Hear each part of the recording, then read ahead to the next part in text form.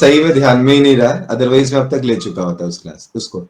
ठीक है, चलो कोई नहीं, अब आज की क्लास पढ़ लेते हैं, है ना। Already 8 to 10 minutes are gone, so please please बेटा यहाँ पे ध्यान से देखना, है ना।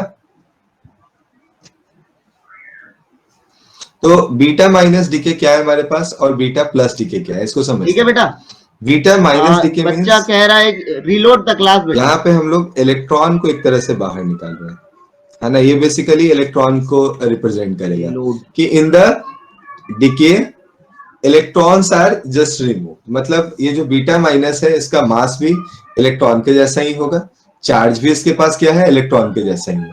बट अगर मैं बीटा प्लस की बात करता हूँ, इसे मैं यहाँ पे पॉजिट्रॉन कह सकता हूँ। एंड वाई पॉजिट्रॉन, इसलिए क्योंकि इसका मास तो इलेक्ट्रॉन के जैसा है, but its charge is as proton. इसके पास जो चार्ज आने वाला है वो प्रोटॉन की तरह होने वाला है। होपफुली ये दोनों बातें क्लियर है आपको। इलेक्ट्रॉन मैंने क्या बोला कि इसके पास इलेक्ट्रॉन के बराबर चार्ज भी होगा, मास भी इसका इलेक्ट्रॉन के इक्वल होगा। और अगर हम बीटा प्लस की बात करते हैं हियर, इसके पास चार्ज जो होगा वो प्रोटॉन की तरह होगा, और जो इसका मास होगा it is equal to electron. Now I am just explaining this beta minus decay, try to understand beta minus decay. Okay, सबसे पहले ध्यान से देखते हैं। हमारे पास मान लो x है, इसका एटॉमिक नंबर z और मास नंबर a गिवन है। इससे हम लोग आसानी से y बना रहे हैं। दिस इज नॉट गामा बेटा, ये y है। ओके हियर, और यहां से मेरे पास एक बीटा माइनस निकल रहा है, मींस इसके ऊपर चार्ज है -1 and its mass is almost. हम एक दिन बेटा एक एक्स्ट्रा क्लास इलेक्ट्रॉन के मास को आप ऑलमोस्ट क्या मान के चलते हैं कि ये ऑलमोस्ट जीरो के आसपास आने वाला है। So I am just taking it as a zero. कोई दिक्कत तो नहीं है आप लोग को बैलेंसिंग लेने में, कोई परेशानी नो। ठीक, नेक्स्ट आते हैं। ओके बेटा, अब आते हैं जिंक के साथ। नो प्रॉब्लम, ध्यान देते हैं यहाँ पे बेटा। अब हम लोग y की बात करें तो I can write y +1 here. अब बताओ +1 मैंने क्यों लिया जिंक के साथ HNO3 +1 में लेने का वही कंसंट्रेटेड। हमारा Z और A जो होना चाहिए वो क्या होना चाहिए, जिंक के साथ कंसंट्रेटेड HNO3 हमारा A और Z जो होना चाहिए बैलेंस्ड रहना चाहिए। जिंक नाइट्रेट बनेगा, है ना। अगर यहाँ पे ये -1 निकल रहा है बनेगा तो Z को +1 करना होगा जिससे ये मैनेज हो सके। लेकिन जब जिंक की reaction here I am writing A dilute HNO3 के साथ कराते हैं, द नेक्स्ट पॉइंट, अगर बनेगा तो जिंक नाइट्रेट, क्योंकि वो भी ऑक्सीडाइजिंग एजेंट है। ऐसे केस में बेटा पर इस बार एक्चुअली न्यूक्लियस के अंदर NO2 ना बन के एकदम पेन डाउन करो और समझने की कोशिश करना। मान लो मेरे पास एक NO2 ना बन के N2O बनता है। न्यूट्रॉन एक प्रोटॉन अब इसको कैसे याद रखना है, ब्रेक हो गया इलेक्ट्रॉन तो नहीं मैं ध्यान से समझना, माइनस बोलूंगा ये इलेक्ट्रोकेमिकल सीरीज में ब्रेक हो गया। तो आप देखो इसके पास आता है कि चार्ज, इसके पास -1 चार्ज दोनों एक ही बात है ना, कोई दिक्कत नहीं। Is a charge neutralise reducing और एजेंट, दूसरा मास तो एज कंपेयर टू हमारे पास, क्योंकि प्रोटॉन और बीटा प्लस का जो बीटा माइनस का जो मास होगा इट इज ऑलमोस्ट। तो जिंक नाइट्रिक एसिड को होपफुली +5 से तो इस केस में जब हम ऐसी सिचुएशन को डील कर रहे होते हैं, जबकि यहाँ पे एक्चुअली न्यूट्रॉन टूटता है, और न्यूट्रॉन टूट के क्या बनाता है, हमारा एक प्रोटॉन और एक beta particle, copper minus particle जो है वो उसे रिलीज करता है, और साथ ही साथ कुछ एनर्जी भी यहाँ से रिलीज होती है जिसको हम यहाँ पे क्यू कहते हैं +2 में। Is it fine? क्या ऐसा लिखने में कोई परेशानी है बेटा? तो NO2 बनाना है। सो अब मैं इसी को बात समझ में मास, यहाँ के मास डिफेक्ट को एक्सप्लेन करना है। एग्जाम में सीधे क्वेश्चन आता है, क्वेश्चन कैसे, अब देखो हम सिंपलीफाई कर दे रहे हैं। Mass of x can be written as mx, कोई दिक्कत नहीं इसमें। तो कौन के HNO3 y के मास को मैं ऐसे my से रिप्रेजेंट करता हूं, बनते तो नाइट्रेट ही है, यहाँ बीटा गैस कौन सी माइनस निकलेगी, के मास को मैं me से रिप्रेजेंट करता हूँ, मास ऑफ इलेक्ट्रॉन से। और डाइल्यूट HNO3 में गैस कौन सी निकलेगी, एक्चुअली बेटा अगर इलेक्ट्रॉन के मास को देखा जाए तो it is 10 to the power -31, और अगर हम लोग प्रोटॉन के मास को देखें it is 1.6 into 10 to the power -27, means 1/10 to the power 4 का दोनों के बीच में अंतर है। Copper weak reducing agent, negligible मानते हैं, रिड्यूस करेगा +5 से +2 में reduce. Okay, hopefully you are understanding my point. बताओ भाई। ओके बेटा, याद रहेगा। अगर हम इस बीटा माइनस को देखें, इसके पास -1 चार्ज है, तो यहाँ पे +1 चार्ज रहा, ठीक है ना बेटा, और इसमें +1 चार्ज कैसे आएगा? ओके, अगर मैं इसमें से एक इलेक्ट्रॉन को बाहर निकालूंगा, सीधे क्वेश्चन आता है बच्चे। That's why I am just reducing. अब मेटल्स की रिएक्शन के बाद नॉन मेटल्स की रिएक्शन, मैंने इसमें से क्या किया बेटा,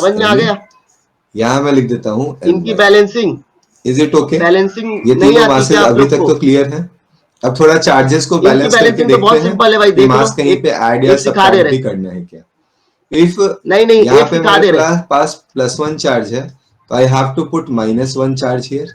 balance and how you will get the -1 देख charge? लो, If सिंपल you है, have to NO2 write Me here, एक Me यहाँ पे और देना होगा, तभी ऐसा पॉसिबल होगा, अदरवाइज ये पॉसिबल अरे नहीं होगा. Is it okay? So now कैसी बातें करते here हो I'm बेटा, writing mass defect is. आप जानबूझ के क्लास का टाइम खराब कर रहे हो कि जेन्युइन डाउट है, मुझे समझ में नहीं आ रहा. Mass defect delta देखो, M is equal to mass of non metal का reactant, ऑक्साइड that is बनेगा Mx, बेटा, I2O5 minus mass of product My plus Me plus Me. I2O5 की So the answer reaction, is equal यहाँ to पे कॉग Mx HNO3 है, minus मतलब My पानी भी है ना. minus twice of Me. ये सब आपको नहीं पता है क्या? Hopefully you all are देखिए, getting जब my कभी point. भी एसिड होता है आराम तो से क्या पानी आपको होता ये ही बात है. भी समझ में आ रही है? जब कभी भी एसिड Is it होता है, clear to you? Is this one is clear to you? अरे Okay, नहीं बेटा, that's ये सब ना great लिखिए बेटा. यार please, So from here I am समझो taking बात you को. to the next point. यहाँ से मैं आपको आगे लेकर चलता हूँ. ठीक, इधर तो हमने समझिए, यहाँ पे दो तीन समझ लो चीजें बात देख को. ली. देखिए, पहला क्या देखा है? अल्फा मेटल का डिके. भी ऑक्साइड नाउ ही आफ्टर बनता है, that I non explain metal you का भी बीटा ऑक्साइड ही प्लस बनता है, बीटा डिके, ठीक है. जिसमें हमने लेकिन बीटा माइनस और मेटल के बीटा प्लस ऑक्साइड दोनों को बेसिक देखा. होते हैं तो वो अब एसिड से फाइनली रिएक्ट थर्ड करके वन पे आते सॉल्ट हैं. बना लेते हैं. थर्ड मैंने नॉन आपको मेटल के बताया था ऑक्साइड गामा एसिडिक रेडिएशन, होते हैं, वो वाटर में घुल के है एसिड ना? दे देते हैं. गामा रेडिएशन ये क्या है, इसके बारे में समझते हैं. गामा रेडिएशन और you can say gamma rays, है ना? क्या है इनके बारे में समझते हैं. Why A don't change? Because बेटा आप मास को चेंज ही नहीं कर रहे हो. इलेक्ट्रॉन का जो यहाँ पे जो पॉजिट्रॉन का मास है, इट इज ऑलमोस्ट जीरो, तो ए आपका चेंज नहीं हो रहा है, बट हमारे पास जेड की वैल्यू चेंज हो जा रही है. हो सकता है ना जेड की वैल्यू, तो जेड की वैल्यू चेंज क्यों हुई यहाँ पे? मैंने आपको शो भी किया बेटा. प्रोटॉन टूट गया, तो अगर प्रोटॉन न्यूट्रॉन में टूट गया तो मास में तो फर्क नहीं आया ना, बट प्रोटॉन अगर ब्रेक कर गया तो जेड की वैल्यू तो खराब हो गई. Hopefully you are getting my point. आपको भी जस्ट बताया था बेटा कि यहाँ प्रोटॉन ब्रेक होके क्या बन रहा है, न्यूट्रॉन बन रहा है, जो कि प्रैक्टिकली फिजिबल नहीं है ना? न्यूट्रॉन का मास ज्यादा होता है, प्रोटॉन का मास रिलेटिवली कम होता है, तो such type of transition is not practically possible, है ना? प्रैक्टिकली नॉर्मल सिचुएशन में it is not possible. Done? Okay बेटा, चलो then I am taking you to the third part. Third part is gamma radiation. Try to understand gamma radiation. अभी just आपको दो चीजें मैंने दिखाई हैं बच्चों. I shown you two things. First मैंने आपको दिखाया था कि हमारे पास x है, ये हमारे पास z है, a है, यहां से हमने y को फॉर्म किया है, और साथ में मैंने हीलियम निकाला, मतलब अल्फा पार्टिकल निकाल दिया. ओके, तो ये हो गया हमारे पास 2, यहाँ है 4. This value becomes z minus 2 and here we are taking a minus 4. I already shown you this one and along with it some energy will release. अब ध्यान से सुनना, जब हमारा इस तरह का ट्रांजिशन हो रहा है जहां पे अल्फा डिके हम देख रहे हैं, हमारा जो न्यूक्लियाई फॉर्म हो रहा है, the nuclei which will form as a resultant, ये नॉर्मल स्टेट में नहीं होता, it will always form in excited state. ये हमेशा किस फॉर्म में होता है? It is always in excited state. और अगर ये एक्साइटेड स्टेट में है तो इसे फिर से एनर्जी रिलीज करके ग्राउंड स्टेट में लाना होगा क्या? अगर कोई चीज एक्साइटेड स्टेट में है तो वो ग्राउंड स्टेट में आएगा.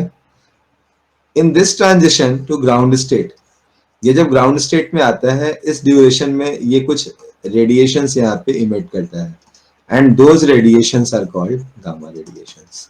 नाउ अब ये क्या होगा आराम से, अब ये ग्राउंड स्टेट में चला जाएगा, that is a minus 4 z minus 2. Are you getting my point? Similarly जैसे मैंने ये 1 में दिखाया आपको, you can show it in second one too, कि हमारे पास अगर मान लो x है, this one is z, this one is a, and you are converting it into y. साथ ही साथ आप बीटा रिलीज कर रहे हो यहाँ से. बीटा मतलब this one is -1, here you are taking 0, this one is z plus 1, this one is a. तो ये भी y जो है आपको एक्साइटेड स्टेट में यहाँ मिल रहा है, and you have to take it in ground state. Ground state में जब ये आएगा तो ऐसे केस में ये कुछ रेडिएशन इमिट करेगा.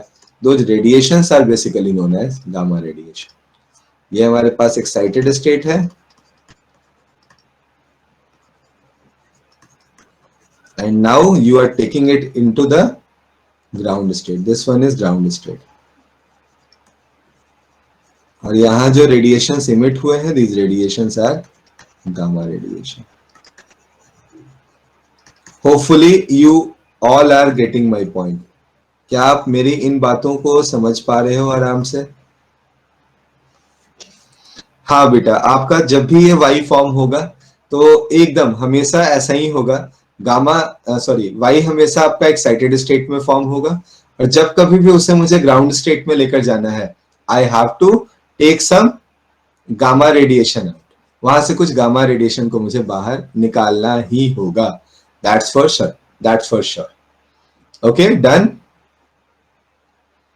Z+1 क्यों हुआ? अभी लेट से आया क्या बेटा? यहाँ देखो मैंने Z+1 दिखाया था, यहाँ Z है तो नीचे क्या आना चाहिए? Z ही आना चाहिए ना। ये अगर -1 है तो कैसे ओवरऑल को आप Z करोगे? Z+1 -1 becomes Z। ओके, तो ये तो बैलेंस कर रहे हो आप सिंपल वे में। इसके Z को बैलेंस कर रहे हो, A को बैलेंस कर रहे हो। डन। ओके बेटा, तो चले बच्चों आगे। Should we move for the next concept? आगे की ओर बढ़ सकते हैं। ओके बेटा, very good. So from here I am taking you to the next point. Wait कर लूं? ओके बेटा।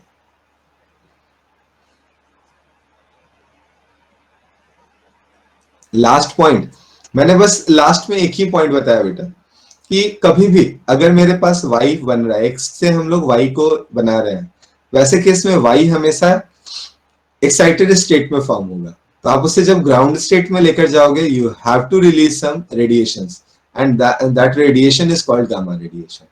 ओके, कुछ एनर्जी वहां इमिट होगा उसको ग्राउंड स्टेट में लाने में, that radiation is called gamma radiation. Okay, hopefully you are getting my point. Okay बेटा, गुड।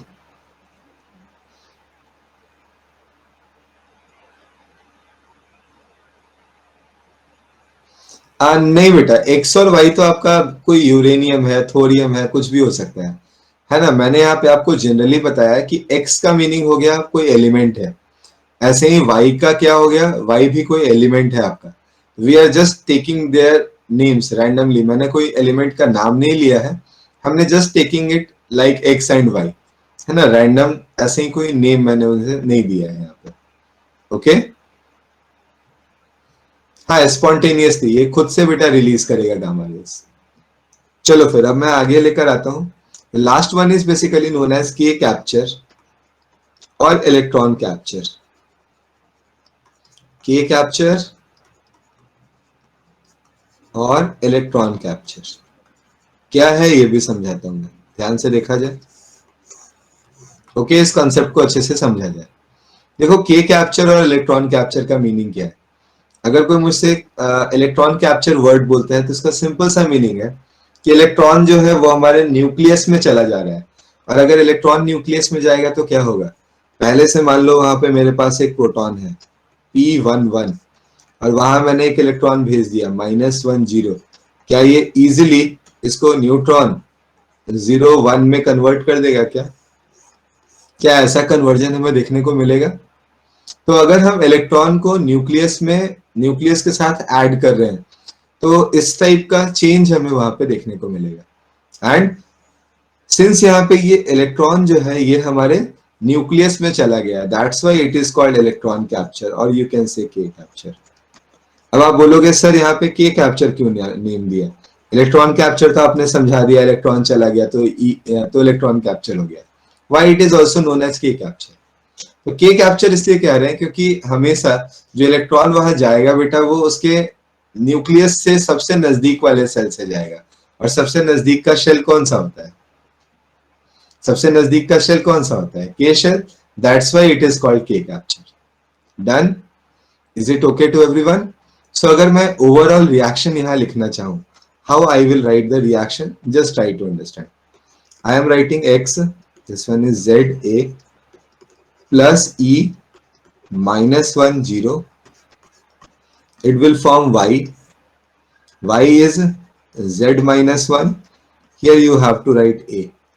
Okay, और देखो यहाँ पे एक पार्ट में और दोनों जगह जोड़ देता हूं। आई am just adding a point, please इसको भी याद कर लेना। यहां मैंने अभी आपको क्या बताया? प्रोटॉन बन रहा है, न्यूट्रॉन इज ब्रेकिंग, यहाँ न्यूट्रॉन ब्रेक हो रहा है। जब न्यूट्रॉन ब्रेक होता है तो साथ में एक और पार्टिकल फॉर्म होता है जिसे हम कहते हैं एंटी न्यूट्रिनो। क्या कहते हैं हम? Anti neutrino. और ऐसे ही जब हमारा न्यूट्रॉन फॉर्म होता है, वैसे केस में भी एक पार्टिकल बनता है जिसे हम कहते हैं न्यूट्रिनो। तो ये क्या है हमारे पास? न्यूट्रिनो।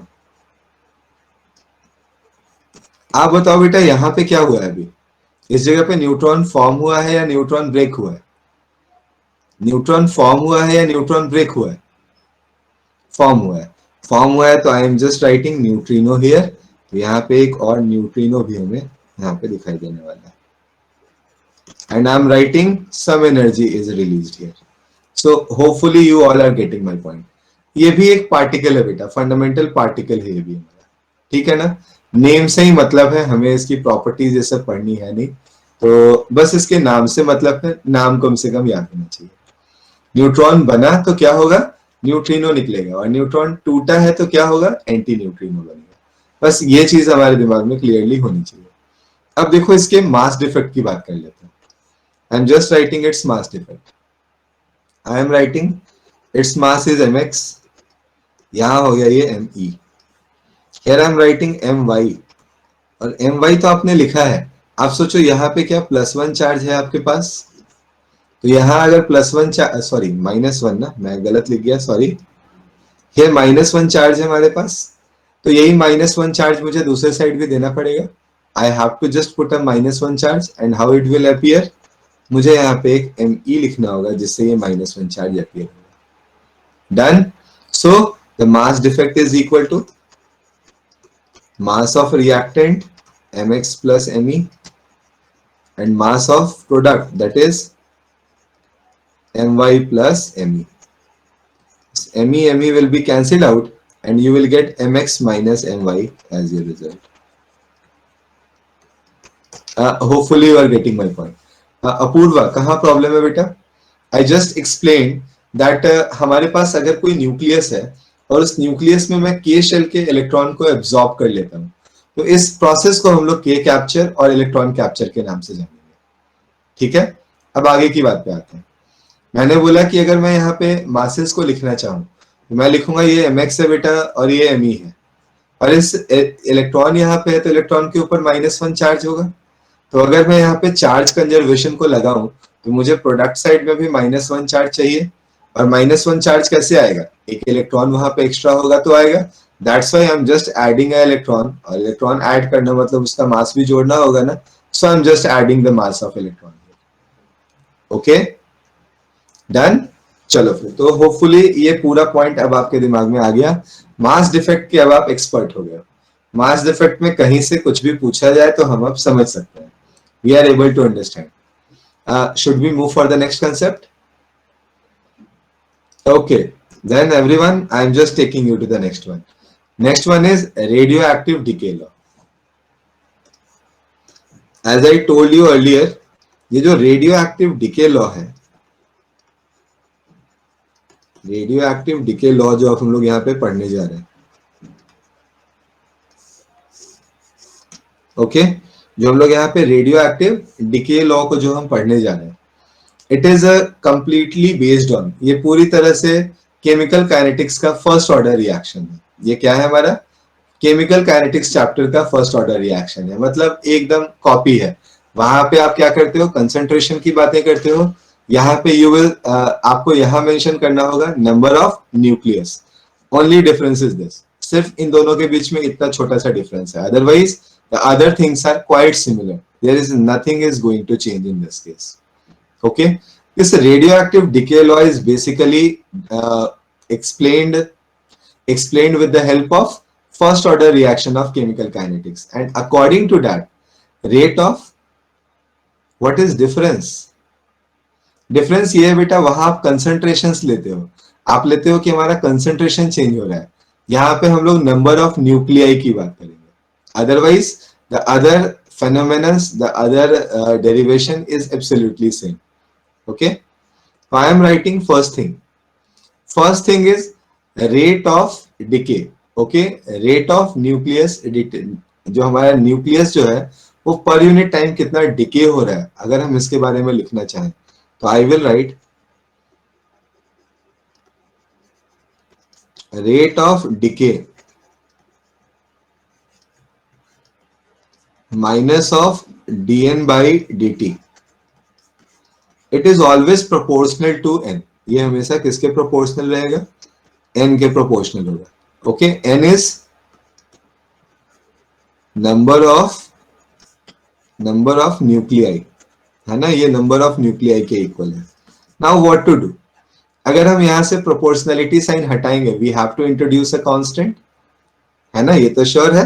तो I will write in next step that is, हाँ एग्जैक्टली बेटा, minus of dn by dt is equal to lambda times of n.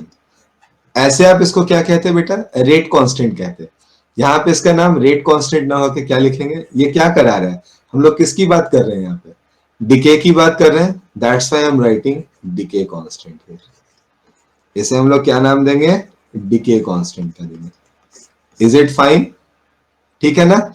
आप रेट ऑफ डिसइंटीग्रेशन, जहां मैंने रेट ऑफ डिके लिखा है, you can write rate of disintegration there. आप वहां पे रेट ऑफ डिसइंटीग्रेशन भी लिख सकते हैं. Now come to the next point. Just to rearrange them. After rearranging them, I will write dn by n is equal to minus of lambda into dt. I am integrating it from 0 to t. मैं time t equal to 0 से कहां तक लेकर जा रहा हूं, t तक जा रहा हूं. And I am assuming that कि हमारे पास initially n naught number of nuclei था and time t पे it is just equal to n. So here in left hand side you should write ln n from n naught to n and here I will write minus of lambda into t. Now बेटा आप log का conversion जानते हो, log a minus log b को हम लोग क्या लिख सकते हैं, log a by b. So I'm just writing here ln n divided by n naught is equal to minus of lambda t. थोड़ा बहुत जानते हो ना बच्चों, ये चेंज तो आप जानते हो ना. I am just writing next thing. I am writing here, अगर मैं इसको एक्सपोनेंशियल फॉर्म में चेंज करूं तो n by n naught can be written as e to the power minus lambda t and this n becomes n naught e to the power minus lambda t. यहां ये n क्या है, it is number of nuclei. This one is initial number of nuclei. ये initially हमारे पास ये इतने number of nuclei थे. This one is initial number of nuclei. Okay, तो होपफुली बच्चों you are getting all these points. क्या ये पूरा का पूरा आपको समझ में आ रहा है क्या? ओके, चलो आप दोनों का क्वेश्चन एक ही है, कोइंसिडेंस है ना. आप ये बताओ, कोई चीज डिके हो रहा है, कम हो रहा है, कैसे रिप्रेजेंट करेंगे इसे, कैसे रिप्रेजेंट करोगे? रिप्रेजेंट करने का सिंपल तरीका क्या है, माइनस साइन लगाना. वही काम किया है. It is rate of decay, number of nuclei are continuously decreasing. You can see this equation, n is equal to n naught e to the power minus lambda t. This exponential function is exponentially decreasing one. So अगर मुझे यहाँ पे graph भी plot करना होता ना, मैं अगर ग्राफ भी प्लॉट करना चाहता तो ग्राफ कैसा प्लॉट करता, मैं बोलता भाई शुरुआत में हमारे पास कितने हैं, n not number of nuclei हैं और बाद में ये डिक्रीज होते हुए कहाँ पहुंच जा रहे हैं, ये हमारे 0 पे चले आ रहे हैं. सो यहाँ पे मैं n दिखा रहा हूँ and in on other axis I am showing you t. तो बेटा ये रेक्टेंगुलर हाइपरबोला नहीं होता, इसे हम लोग एक्सपोनेंशियली डिक्रीजिंग फंक्शन कहते हैं. It is known as exponentially decreasing function. ये कैसा फंक्शन है, it is exponentially decreasing.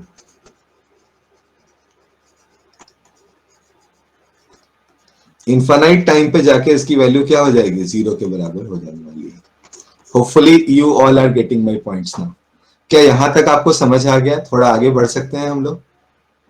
Sir second last कैसे लॉग से एक्सपोनेंशियल में गए? अब ये तो मैथमेटिक्स था बेटा, है ना. लॉग क्या है, लॉग से एक्सपोनेंशियल में कन्वर्ट करने का यही वे होता है. मान लो किसी ने मुझे बोला log a is equal to b, ln a is equal to b, तो it is nothing but e to the power b is equal to a. तो ये लॉग और एक्सपोनेंशियल का कन्वर्जन है, इसी कन्वर्जन को हमने यहाँ पे किया है। हमारे पास ln n by n not है ना, इसको हमने बस चेंज कर दिया है, जस्ट इसके पॉइंट को चेंज किया है। No sir, I am asking meaning of number of nuclei. आपको मैंने मान लो बेटा बोला कि ऐसा है कि ये पूरा का पूरा चार्जर उठा के दे दिया है, और ये जो चार्जर बना हुआ है ये यूरेनियम का बना हुआ है। तो यहाँ कितने नंबर ऑफ यूरेनियम के न्यूक्लियाई थे पहले, और 5 घंटे के बाद कितने बचे हैं, ये आपको निकालना है ना। तो हमारे पास यहाँ पे जो नंबर ऑफ यूरेनियम न्यूक्लियाई है उसको हमने n से रिप्रेजेंट किया है किसी टाइम t पर, और शुरुआत में जब मैंने आपको दिया था उस समय जो वैल्यू थी it was equal to n naught. Okay, क्योंकि अगर हर सेकंड में कुछ ना कुछ डिके हो रहा है तो इनिशियली अगर वो n नॉट था तो कुछ देर के बाद वो n नॉट नहीं रहेगा, इट्स वैल्यू बिकम्स चेंज्ड, है ना, उसकी वैल्यू थोड़ी बहुत चेंज हो जाएगी। So hopefully now you all are getting my points. So come to the next one, I am taking you to the next one. Okay, देखो पहले नेक्स्ट पे जाने से पहले मैं एक छोटा सा पॉइंट और ऐड करना चाहता हूं, बट ये ऐड हो नहीं पाएगा, कोई नहीं, मेरे थोड़े सिस्टम में एक ही समस्या है, मैं नीचे तो लेके चला आता हूँ पेज को, ये ऊपर नहीं जा पाता। फिर आप तो स्लाइड कर पा रहे हो ना? ओके, चलो ठीक है बेटा, तो मैं उसी को अगले पेज में लिख दे रहा हूँ, कोई बात नहीं। अभी जस्ट मैंने आपको एक पॉइंट सिखाया था बेटा, मैं एक नोट पॉइंट लिख रहा हूं, ये जो minus of dn by dt था, it can be written as r, इसको हम लोग चाहें तो r से भी रिप्रेजेंट कर सकते हैं, है ना। और r से रिप्रेजेंट करने का मतलब क्या है, it will represent rate of disintegration. ये क्या बताता है मुझे, it will represent rate of disintegration.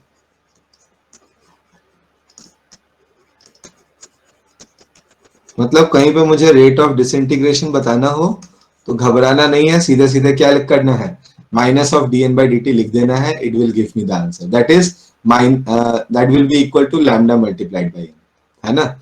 मैं अब आराम से लिख देता हूं minus of dn by dt, it will be equal to lambda times of n and it can be taken as r। ये सब के सब एक ही चीज को लिखने के अलग अलग तरीके हैं। Hopefully you are getting my point. So should be move for the next one, आगे बढ़ सकते हैं बच्चों। Okay, so the next term is activity.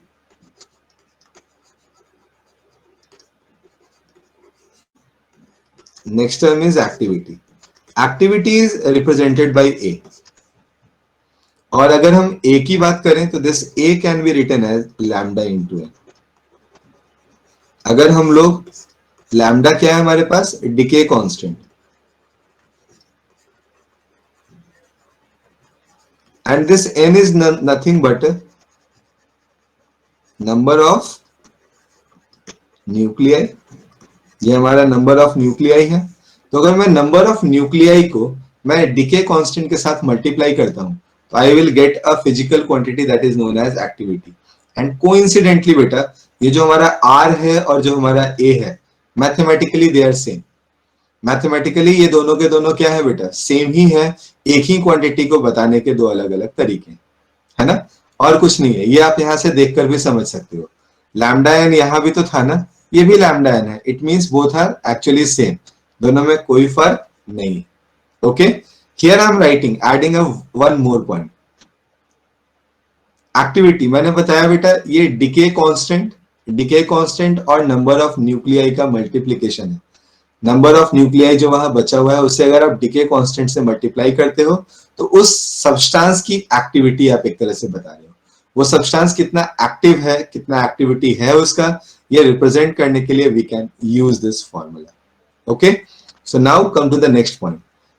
अगर ये सिंपल बेटा n के साथ ही डायरेक्ट डिपेंडेंसी रखता है तो I can write,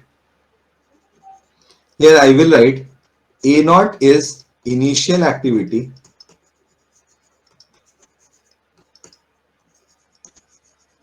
it is initial activity, okay, and it can be taken as lambda multiplied by n naught, and here I will write a is equal to a naught e to the power minus lambda t is our answer. So यहाँ भी जो हमारा formula follow होगा बेटा, the formula is nothing but a is equal to a naught e to the power minus lambda t. Done है क्या ये भी? Is this point is clear to you? Done है। अगर मैं इसके यूनिट की बात करूं, इट्स यूनिट इज बैक्यूरल। इसका यूनिट क्या है हमारे पास? Its unit is becquerel. मैं इसको बैक्यूरल से रिप्रेजेंट करता हूं। बैक्यूरल आपको पहले भी नाम आपने सुना है ना, इन्होंने ही रेडियो एक्टिविटी को, हाँ बेटा, name of the discoverer, very good, यही हमारे डिस्कवरर थे। तो यहाँ पे हम लोग अगर बैक्यूरल की बात करें तो बैक्यूरल का नाम यहाँ पे लिख सकते हैं। एक मिनट, स्पेलिंग में मुझे थोड़ा सा कंफ्यूजन है, जस्ट अ मिनट बेटा। BAC, हाँ ओके बेटा, बैक्यूरल। एक बार ऐसे आप लेकिन चेक कर लेना, कंफर्म हो लेना, है ना? हाँ बेटा ठीक है, फिर मैंने लगता है सही लिख दिया है ना? लास्ट फॉर्मूला कैसे आया? लास्ट फॉर्मूला बेटा जस्ट ऊपर वाले फॉर्मूले से इंस्पायर्ड था, है ना? जैसे आपने ए को लैम्डा एन लिखा, तो ए नॉट को आप क्या लिखते? Lambda into n naught. और क्या लिखते हो उसे? Lambda into n naught. और n का फॉर्मूला होता क्या है? n naught into e to the power minus lambda t. So I am writing a is equal to a naught e to the power minus lambda t, है ना? तो n की value बस यहाँ पे मैंने सब्स्टिट्यूट की है, otherwise other things are quite similar, कोई चेंज है नहीं हमारा। So should we move for the next concept? आगे चलें? तो यहां से मैं अब आपको आगे लेकर आता हूँ बेटा। I am just taking you to the next point, जहां पे आपका एक्चुअली मैं बोलूँ तो न्यूमेरिकल थियोरेटिकल पोर्शन जो है वो खत्म होता है। अब हम एक तरह से न्यूमेरिकल्स को डिस्कस करना स्टार्ट कर रहे हैं। हमारा जो फर्स्ट पॉइंट है यहाँ, आई am just writing it half life. मैं इसे हाफ लाइफ को निकालना आपको सिखाता हूं कि यहाँ हाफ लाइफ कैसे निकाल सकते हैं। Okay,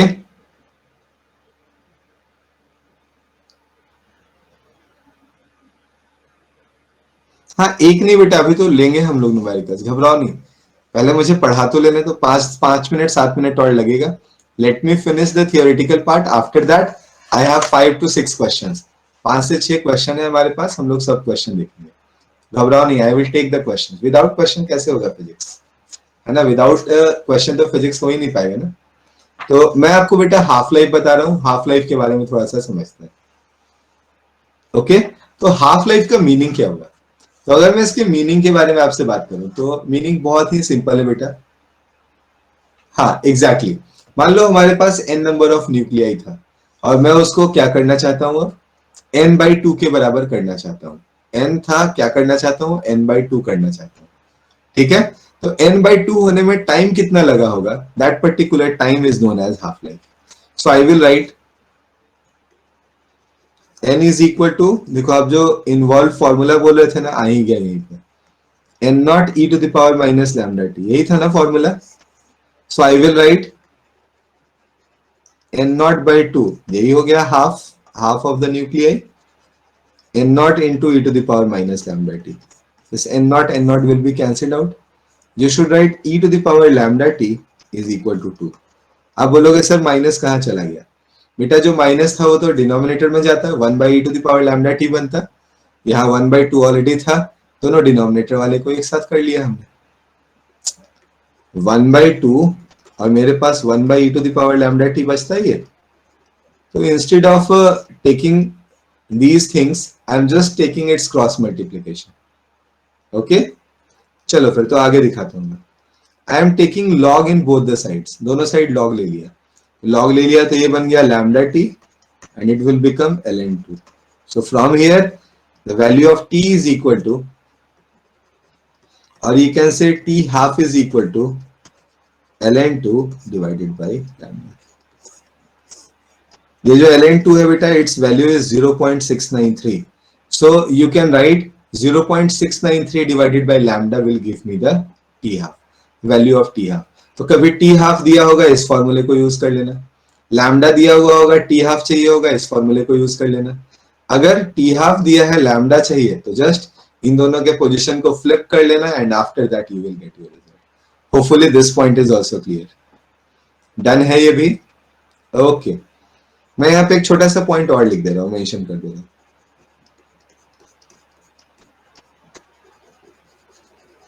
number of decayed nuclei, अगर मुझे कहीं पे नंबर ऑफ डिकेड न्यूक्लियाई निकालने की जरूरत पड़ गई, डिकेड न्यूक्लियाई का मतलब, मान लो अभी जो आपने n निकाला था, the value of n will represent number of nuclei at that particular point of time.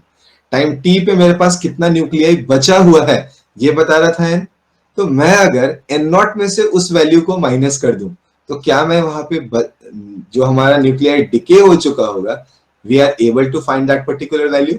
So I will write here, हाँ एग्जैक्टली बेटा, this number of decayed nuclei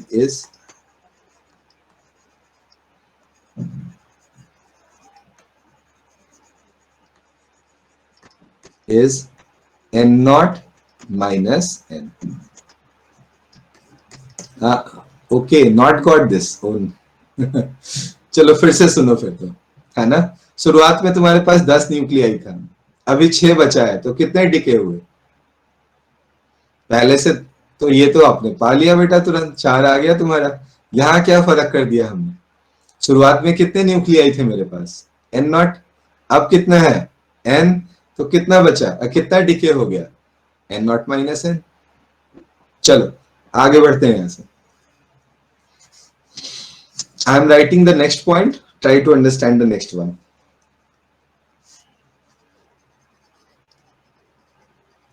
देखो ये जो अभी मैं आपको फॉर्मूला लिखने जा रहा हूं एवरेज लाइफ, इसका कोई डेरिवेशन नहीं बता रहा है ना, और इसका डेरिवेशन आपके लिए जरूरी नहीं है, क्योंकि यहाँ पे इंटीग्रेशन जो आएगा वो इंटीग्रेशन बाय पार्ट्स से सॉल्व होगा, तो आपके लिए काम का होगा नहीं वो इंटीग्रेशन बाय पार्ट्स, हमें मेडिकल में नहीं पढ़ना, तो मैं सीधे इसीलिए इसका फॉर्मूला यूज कर रहा हूँ।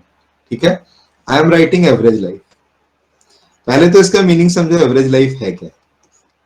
अब समझ के देखना बेटा, पहला न्यूक्लियस मान लो कि t इक्वल टू 0 पे ही डिसइंटीग्रेट हो गया, लेकिन कोई न्यूक्लियस ऐसा भी तो है ना जो कि लास्ट तक सस्टेन किया, लास्ट तक बचा रह गया। तो इन सबका जो लाइफ है, इन सबका अगर मैं एवरेज लाइफ निकालना चाहता हूं, तो जो एवरेज लाइफ की वैल्यू होगी, the value will like this. अब मैं उस वैल्यू को यहाँ पे नोट डाउन कर रहा हूँ। एवरेज लाइफ का मीनिंग समझ में आया ना, कोई 0 पे ही बिल्कुल खत्म हो गया, कोई इन्फानाइट तक बचा हुआ है, तो इन बिटवीन में बहुत सारे ऐसे होंगे जो 2 सेकंड पे कोई खत्म हुआ होगा, कोई 500वें सेकंड पे खत्म हुआ होगा।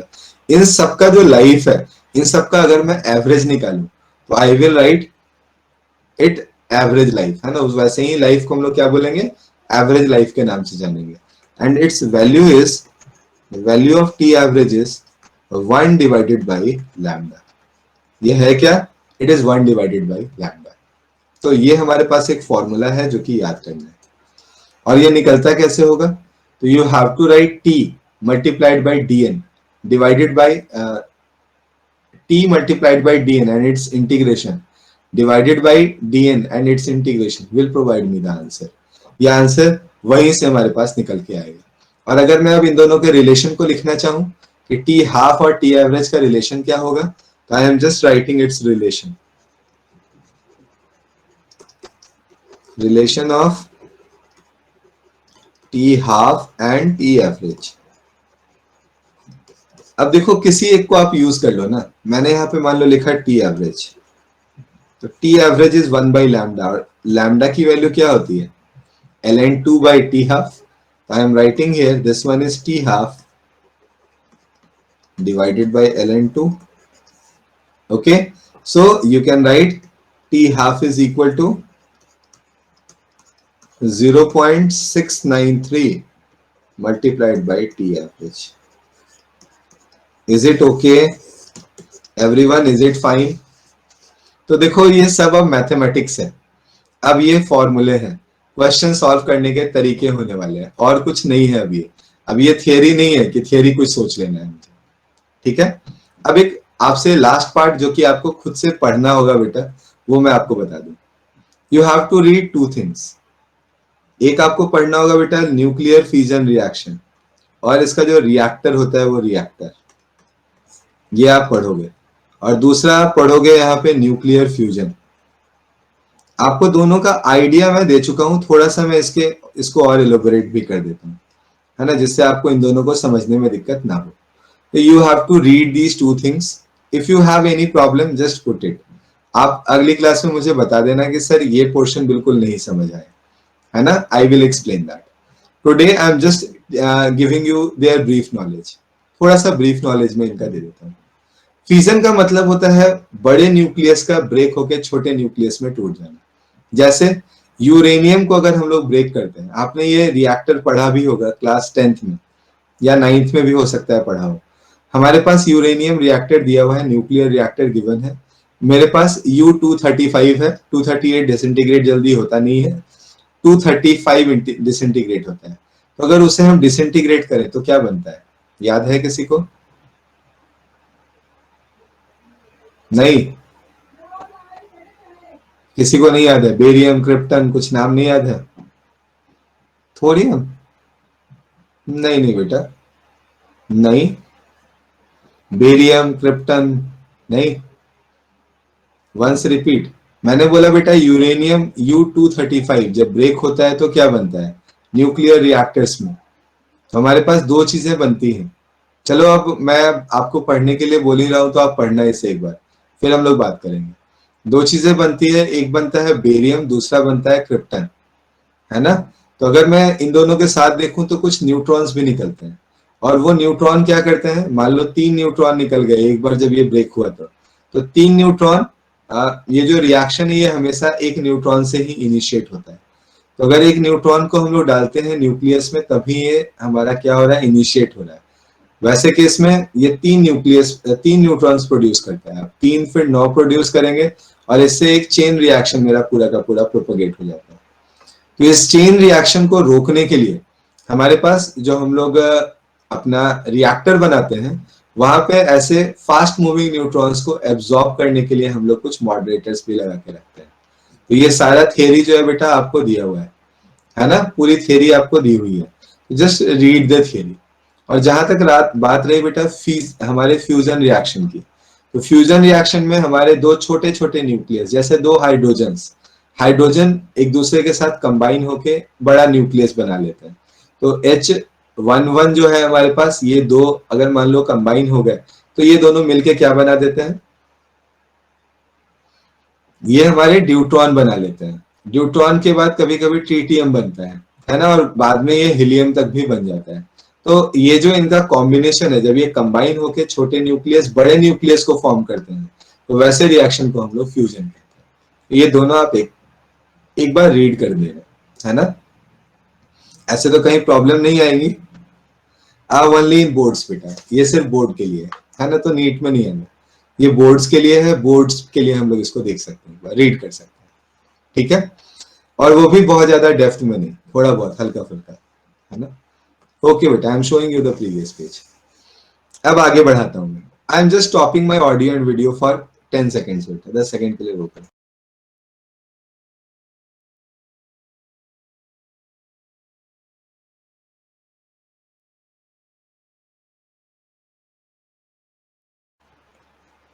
Okay, sorry for the interruption, I am just starting my next concept बेटा।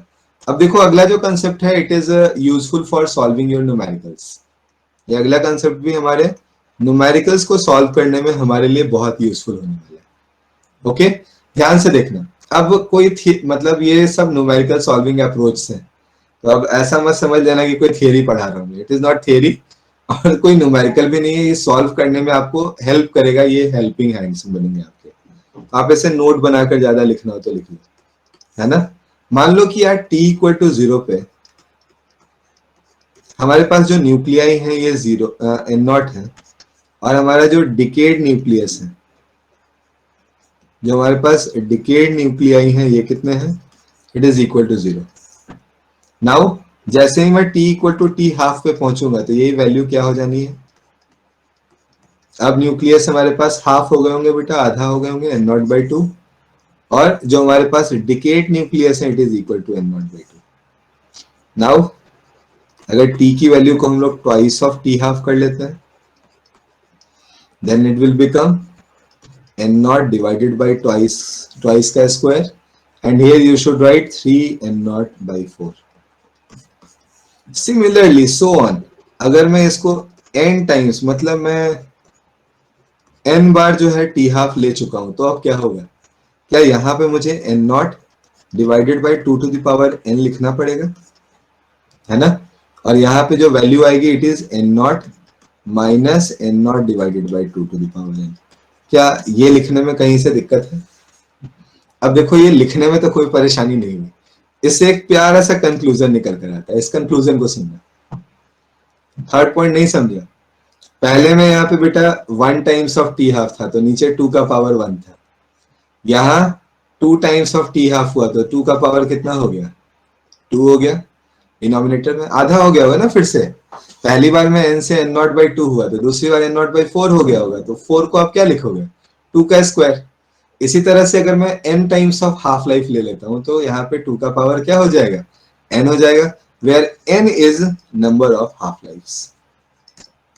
ये क्या है हमारे पास? नंबर ऑफ हाफ लाइफ्स है। तो एकदम बेटा अगर आपको कभी भी नंबर ऑफ हाफ लाइफ ये सब के बारे में कोई कंसेप्ट समझना हो, आराम से you can use the formula. आप सीधे सीधे इस फॉर्मूले को यूज करके अपने आंसर तक पहुंच सकते हो। किसी ने बोला कि n नॉट बाई 8 बचा हुआ है ना? किसी ने बोला क्या कि n नॉट बाई 8 न्यूक्लियस मेरा बचा हुआ है, कितने हाफ लाइफ्स हो गए होंगे? क्या दिक्कत है? हम देखेंगे 8 क्या होता है, 2 टू द पावर 3 मतलब 3 हाफ लाइफ्स हो गए। तो आराम से हम लोग इससे अपने आंसर को बता सकते हैं। एन नहीं समझ आया? मैंने बोला पहले एन नॉट था, आधे लाइफ के बाद कितना हो गया होगा? N naught by 2। फिर अगले आधे लाइफ के बाद इसका और हाफ हो जाएगा, it is n naught by 4। फिर अगले हाफ लाइफ के बाद एन नॉट बाई 8, अगले हाफ लाइफ के बाद एन नॉट बाई 16। ये तो समझ आ रहा होगा सोहम? अब बताओ ये क्या है? यहाँ डिनोमिनेटर में है 2 टू द पावर 0, ये है डिनोमिनेटर में 2 to the power 1, this one is 2 to the power 2। देखो second half life means 2 to the power 2, third half life means 2 to the power 3, fourth half life means 2 to the power 4। And अगर मैं n की बात करता हूं तो मैं यहाँ पे n ले लेना, ठीक है? चलो फिर, तो ये एक प्रॉब्लम सॉल्विंग टेक्निक थी, ये गलती से भी मत सोच लेना कि कोई क्वेश्चन दिया था मैंने। तो यहां से आप याद रख सकते हो कि कभी भी बेटा डोंट इरेड। अब तो हट गया बेटा। मैं आपको ये बता रहा था कि अगर कभी भी हम लोग n से n naught by 2 n naught by 4 इस तरह से वैल्यूज को आगे बढ़ाते चले जा रहे हैं तो हम यहाँ से नंबर ऑफ हाफ लाइफ्स को आराम से बता सकते हैं। So from here I am just taking you to the numerical part. अब मैं यहाँ से न्यूमेरिकल्स बता रहा हूँ। फिर इससे नहीं सॉल्व होगा बेटा। n अगर फ्रैक्शनल होगा तो इससे सॉल्व नहीं कर पाओगे। ये वे तभी आप यूज कर सकते हो जब फ्रैक्शनल वैल्यूज आप नहीं कंसीडर कर रहे हो, वो ले लोगे तो फिर नहीं हो पाएगा इससे। चलो I am starting with first question, try to do the question now. अब जल्दी जल्दी बेटा क्वेश्चंस को करते चलते हैं, क्वेश्चंस को सीखते चलते हैं हम लोग, है ना? I am just starting with first question, try to understand and try to do. हाँ, नियरेस्ट तक तो आप देख सकते हो, एकदम बिल्कुल अप्रॉक्स अगर हुआ तो, अदरवाइज एकदम आपको एक्यूरेट पे जाना होगा।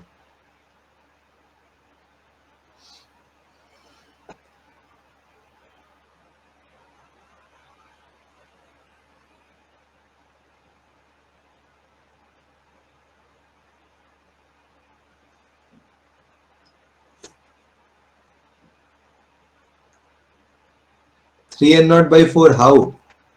महक अब पिटाई खाएगी तू। एन नॉट में से ये जो बचा हुआ न्यूक्लियस है इसको माइनस करेगी तो क्या मिलेगा?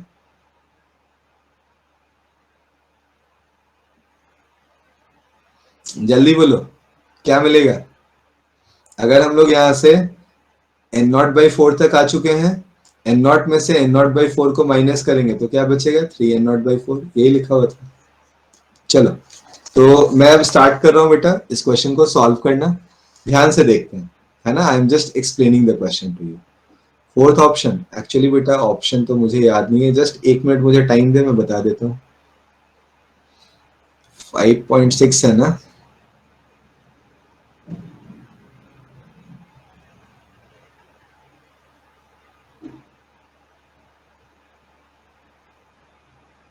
लग तो रहा है बेटा सही है ना? लग रहा है आपका आंसर सही है। ओके, चलो ऐसे मैं सॉल्व करके थोड़ा समझाता हूँ, है ना? कुछ बातों को समझना। आपका आंसर तो आ गया है, देखकर मुझे भी अच्छा लगा, बट मुझे थोड़ा सा कंसेप्चुअली अभी भी बताने की आवश्यकता है यहाँ पे, तो कंसेप्ट को क्लियर कर लेते हैं, ठीक है? देखो क्या क्या कंफ्यूजन आती हैं, पहले उनसे स्टार्ट कर रहा हूँ। रिएक्शन हमने देख लिया है ना, हमने ये भी देख लिया कि हमारे पास बाइंडिंग एनर्जी जो है लिथियम के लिए कितना है, इट इज 5.6, और अगर मैं यहाँ पे हीलियम के लिए बात करूं it is 7.6, 7.06, it is already provided to us, ये ऑलरेडी हमें दिया हुआ है। ठीक है, तो हम जानते हैं हमारा जो बाइंडिंग एनर्जी होगा यहाँ पे, या जो Q की वैल्यू आएगी, Q will be equal to binding energy of product minus binding energy of reactant. सिखाया है आपको ये? कुछ तो बोल दो बच्चा पार्टी जल्दी से।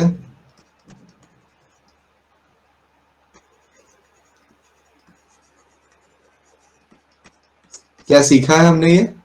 तो अब बस यही लगाना, तो यही है। और पर न्यूक्लियन हमें दिया हुआ है, तो टोटल न्यूक्लियस हमारे रिएक्टेंट में कितने हैं, 8, और सॉरी प्रोडक्ट में कितने हैं, 8, तो I will right 8 multiplied by 7.06, and here I will write 7 multiplied by 5.6. So the answer is 8.48 minus 39.4, sorry 39.2, ऐसा ही आएगा ना बेटा? मुझे लगता है यहाँ पे अगर आप इसको सॉल्व करोगे तो ये जो 48 है इसको आप लगभग 5 के बराबर मान लेना, है ना? 5 के बराबर अज्यूम करोगे तो you will get simply 17.3 as your answer. तो ये तो आपने कैलकुलेशन करके निकाल लिया, मुझे समझ आ गया, है ना? आपने कैलकुलेट किया, आंसर आ गया। बट बेटा इसमें एक बात बताओ, ये क्यों मिस कर गया? इसके पास कोई एनर्जी नहीं है क्या? इसके पास कोई एनर्जी नहीं है क्या? इसकी भी तो एनर्जी होनी चाहिए थी ना। जब हम प्रोडक्ट में इन दोनों को कंसीडर कर रहे हैं, सीधे मैंने 8 से मल्टीप्लाई किया है, तो रिएक्टेंट में सिर्फ सिर्फ और सिर्फ लिथियम को लेके ही काम क्यों चला जा रहा है? हाइड्रोजन को हम भूल क्यों जा रहे हैं? कोई बताना चाहेगा क्या मुझे? Is there any answer from your side? Negligible, okay, और कोई? Negligible, why negligible? Because it is not given.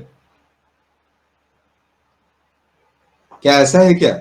It is not given so we are not considering. नहीं, देखो मैंने ये क्वेश्चन जानबूझ के पूछा, मुझे पता था कि यहाँ पे कंफ्यूजन होती है थोड़ी सी, इसको दूर कर लेते हैं। बेटा आप एक बात बताओ, अगर मुझे मैं पोटेंशियल एनर्जी लिख रहा हूँ, आई am writing potential energy and I am taking 1 electron, मैं सिर्फ एक इलेक्ट्रॉन अपने हाथ में यहाँ पे लेके आ गया, क्या एनर्जी होगी इसकी? आइसोलेटेड सिस्टम है बिल्कुल, एक इलेक्ट्रॉन में यहाँ लेके आ गया, क्या एनर्जी होगी? आंसर इज जीरो ना। पहला इलेक्ट्रॉन आया तो कोई अपोज करने वाला, कोई पुल करने वाला था ही नहीं। तो यहाँ जो न्यूक्लियस है, न्यूक्लियस बाउंड कब होगा, बाइंडिंग कब होगी वहां पे? जब न्यूक्लियॉन्स का नंबर एक से ज्यादा होगा तब ना। अगर एक ही न्यूक्लियॉन ही है तो उसको क्या बाइंड होना है? कोई बाइंडिंग हो रही है क्या वहां पे? Is it okay to you? क्या ये बात मेरी समझ पा रहे हो आप? तो हाइड्रोजन के पास क्या है, एक ही तो न्यूक्लियॉन ही है, तो एक न्यूक्लियॉन की बाइंडिंग की तो बात करने की जरूरत ही नहीं है ना? तो you need not to take that one one nucleon, इस वन न्यूक्लियॉन की एनर्जी को आपको लेना ही नहीं है। आप खुद से अपनी भाषा में लिख लो ना, कोई दिक्कत है? आपका नोट्स आप ही को पढ़ना है, लिख दो हिंदी में ही, कोई फर्क पड़ता है क्या? मैंने क्या बोला कि the hydrogen has a single nucleon, and if it has a single nucleon there is no any need of binding of nucleons there. Okay, so वहां पे सिर्फ एक न्यूक्लियन है, कोई बाउंड करने की जरूरत नहीं है, कोई बाइंडिंग होनी नहीं है, so answer is zero. You need not to take any value for that. Hopefully you are understanding my point. समझ में आ गया तो मैं आगे क्वेश्चन पे चलता हूँ। Should we move for the next question? Okay बेटा, I am taking you to the next one. देखो आपको मैंने एक इंफॉर्मेशन दिया था बेटा कि अगर हमारे पास 1 AMU का मास डिफेक्ट आता है, in that case you have to take 931 MeV energy for your calculation point of view. यहाँ ये गिवन भी था।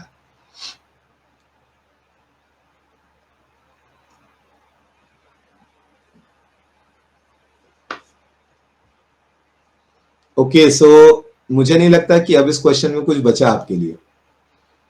है क्या कुछ इस क्वेश्चन में? जस्ट बेटा मल्टीप्लीकेशन इज लेफ्ट। आपको करना क्या है? नहीं बेटा, सेकंड नहीं आ रहा होगा, या तो फर्स्ट होगा या फोर्थ होगा, है ना? फर्स्ट और फोर्थ में से कोई आएगा आपका। अभिनव, सेकंड आ रहा है क्या दोनों को मल्टीप्लाई करने के बाद?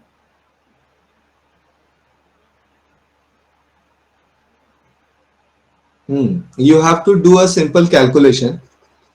Here E is equal to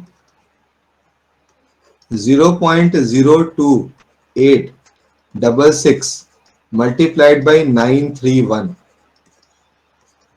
MeV as your answer. Just multiply both of them and get your result.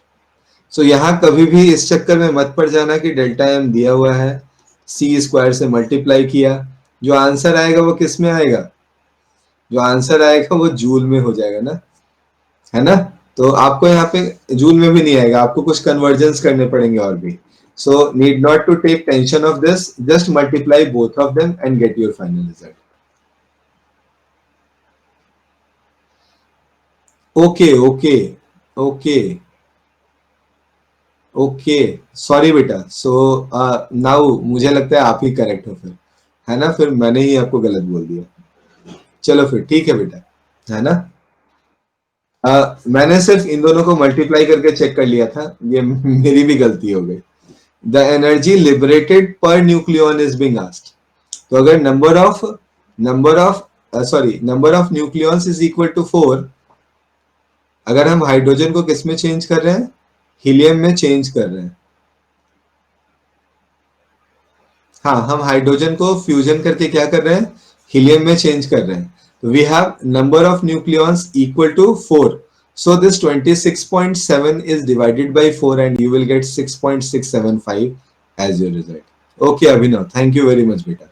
so E की वैल्यू तो यही आनी है, बट E डिवाइडेड बाय जो हमारे पास A है बेटा, इसकी वैल्यू जो आएगी it is 0.02866 multiplied by 931 divided by 4 के इक्वल होगी। So should we move for the next बेटा? बेटा ये तो दिया हुआ है ना कि अगर 1U का मास डिफेक्ट हो तो कितना आएगा हमारे पास? 931 MeV आएगा। ये तो गिवन है मुझे क्वेश्चन में ही, और मैंने आपको ये लिखा भी रखा है आपके नोट्स में कि MeV में आंसर नहीं आता। हाँ वो होता है, बट वहां से तो आप जूल में आंसर निकालोगे ना। पहले तो आपको M की भी वैल्यू AMU में नहीं चाहिए होगी, आपको kg में लेनी होगी।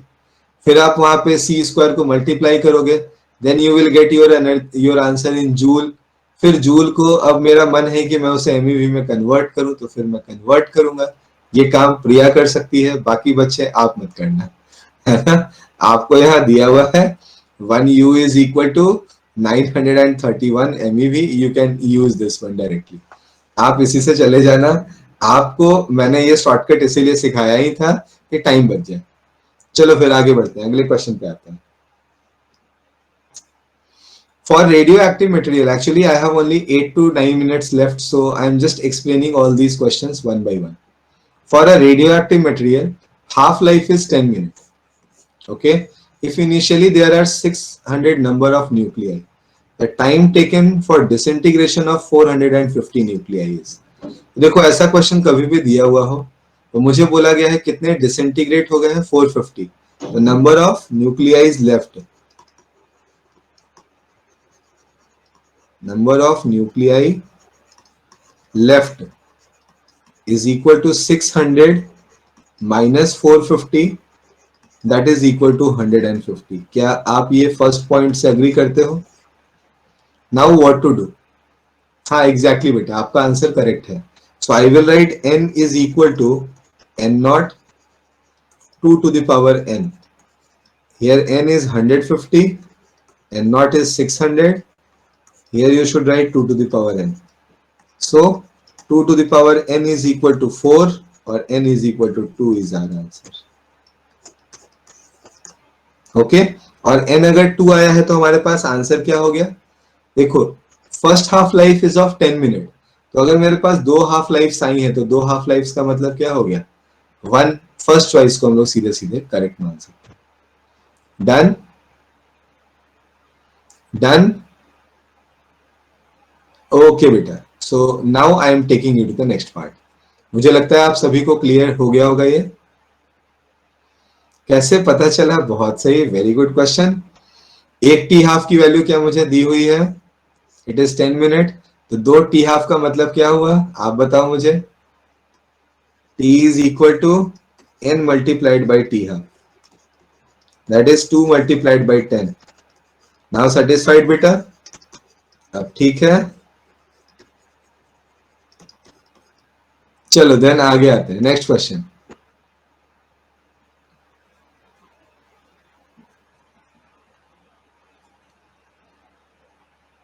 थोड़ा जल्दी, है ना? तो देखो बच्चों, यहाँ पे मैं ही ऐसे कर रहा हूं इसको भी, ठीक है ना? जस्ट देखना board. The half life of radioactive isotope is 20 years. If decay to another element y which is stable, two elements x and y were found to be in 1:7 ratio, 1:7 का रेशियो है। देखो इसको थोड़ा समझा देता हूँ मैं। ऐसे आप सबको केमिस्ट्री बहुत अच्छे से आती है, ये सब काम आपने बहुत किया होगा। मैं इसे 1 और 7 ना मान के 8 मान लूं कि इनिशियली ये 8 था, तो कोई दिक्कत है? इनिशियली ये कितना था, 8, तो ये कितना था, 0। नाउ दिस वन बिकम्स 1, तो ये कितना हो गया हमारे पास, जो डिसइंटीग्रेट होके बना है, इट विल बिकम 7। डन। तो 8 से 1 आया है बेटा, you have to do a simple thing, n is equal to n naught 2 to the power n. Here this time n is equal to 8, sorry, n is equal to 1, n naught is equal to 8 divided by 2 to the power n. So the value of n is equal to 3, और अगर number of half lives is 3, so the answer is equal to 60 years. Done? कोई मुश्किल है क्या? आप देखो, अब शुरुआत से देखो, 2014, 2013, 2018, 2013, आप देख रहे हो क्या ये सारे क्वेश्चंस जो है बेटा सब नीट एग्जाम के ही आए हुए हैं? और किसी में हमें कोई दिक्कत आ रही है क्या? नहीं आ रही। If we know the formula we can easily get the result, आराम से आंसर आते जाएंगे। नेक्स्ट क्वेश्चन पे आ जाते हैं। देखो ये क्वेश्चन थोड़ा सा अलग हटके है, तो मैं आपको थोड़ा इसका बेसिक बताता हूं पहले। जब कभी भी अल्फा डिके होता है तो हमारे एटॉमिक नंबर पे 4 का फर्क पड़ता है, और हमारे सॉरी मास नंबर पे 4 का फर्क पड़ता है, और एटॉमिक नंबर पे 2 का फर्क पड़ता है। एटॉमिक नंबर हमारा 2 से घटता है, मास नंबर 4 से घट जाता है। बट बीटा निकलने पे हमारे मास नंबर पे कोई फर्क नहीं पड़ता, और हमारा एटॉमिक नंबर 1 से बढ़ जाता है ना? इतनी बात क्या हम लोग जानते हैं? क्या हमें ये बातें याद है? मतलब जहां भी बेटा मास नंबर को सिर्फ देखना है तो उसे टेंशन लेना ही नहीं है। मास नंबर को चेक करने के लिए क्या करना है, सिर्फ अल्फा को चेक करना। देखो, तो मुझे किसके बारे में आंसर बताना है? मुझे इस रेडॉन के बारे में बताना है। हाँ बेटा, आपको तो बोला भी है मैंने, बीटा बोलने का मतलब ही क्या है, बीटा माइनस, है ना? हम लोग यहाँ पे चेक करते हैं, अल्फा 1 है, 2 है, और यहाँ अल्फा 3 है। अल्फा 3 है मतलब 12 से मेरा क्या घट जाएगा, मास नंबर। तो जो 238 है, it will become 226।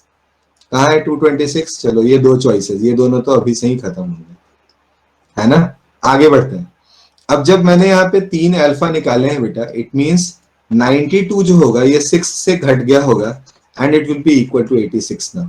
Are you agree with me? But at the same time 2 betas are just removed from here. So आपको क्या करना होगा, क्या ये 2 को ऐड कर देना होगा? It means it becomes 88। So which one is correct? Second option is the correct option. Done. तो ऐसा क्वेश्चन आए तो कैसे सॉल्व करना है? Are you able to understand it? क्या ये भी समझ पा रहे हो आप? तो हमेशा अल्फा, ओके, अल्फा अगर हम लोग निकाल रहे हैं बेटा तो 4 मास नंबर घट रहा है, 2 एटॉमिक नंबर घट रहा है ना?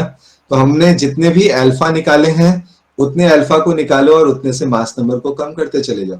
यहाँ मुझे दिख रहा है कि हमारे पास 3 अल्फा निकल रहे हैं बेसिकली। देखो ये 1 निकला, ये 2 निकला, ये 3 निकला, तो मेरा 12 से मास नंबर घट गया होगा। 238 minus 12 is 226. So I'm writing 226. But at the same time, its atomic number will also decrease. Each के लिए 2 से घटता है, तो 6 से घट गया होगा वो भी वैल्यू. तो 92 में से 6 को माइनस करोगे, इट विल बिकम 86. बट हम जानते हैं कि अगर हम बीटा को निकालते हैं तो हमारा z बढ़ जाता है. कितने से बढ़ता है? 1 से. तो I will add these to z, है ना, 2 z को मैं बढ़ा दूंगा. तो 86 से 2 बढ़ के क्या हो जाएगा? 88 हो जाएगा. ये हमारा आंसर होगा. ठीक है, चलो फिर तो मैं आगे आता हूं बेटा. लास्ट क्वेश्चन है ये आपका, लगता है. अब इससे ज्यादा तो करा भी नहीं पाऊंगा मैं. अब वही पूछा है तो मैं क्या करूं? इन्होंने a और z ही पूछा है तो मैं क्या करूं इसमें? सोहम, जो पूछा है वही बताना पड़ेगा ना. चलो, तो हम लोग देखते हैं. Mixture consist of two radioactive materials A1 and A2 with half life 20 second and 10 second respectively. Initially mixture has 40 gram A1 and 160 gram A2. The amount of two mixtures will become equal after. कितने देर के बाद equal होगा बताना है. देखो, अब ये मुझे तो नहीं लगता कि आज मैं करा पाऊंगा. Just take it as homework. मैं इसको होमवर्क में करा दूंगा. अब आपको इसको आप घर पे करना. जस्ट बेटा मेक अ टेबल. सीधे टेबल बना लेना कि भाई 40 ग्राम है, 20 सेकेंड के बाद कितना हो गया? 20 ग्राम बचा होगा. अगले 20 सेकेंड के बाद 10 ग्राम बचा होगा. हियर 160 था बेटा, 10 सेकेंड के बाद 80 हो गया. फिर अगले 10 सेकेंड के बाद क्या हो गया? 40. फिर अगले 10 सेकेंड के बाद 20 और फिर अगले 10 सेकेंड के बाद 10. 10 10 देखो तो बराबर हो गए क्या? और टाइम भी देखो, यहाँ 20 सेकेंड, यहाँ 20 सेकेंड, 40 सेकेंड, और यहाँ भी टोटल 40 सेकेंड. अब बाकी आपके हाथ में है, आप इसे सॉल्व करके आंसर निकाल सकते हो. हाँ बेटा बोलो, आप बोलो क्या बोलना चाहते हो. जस्ट टेल मी बेटा, जल्दी से बोलो. I just extended. बोलो.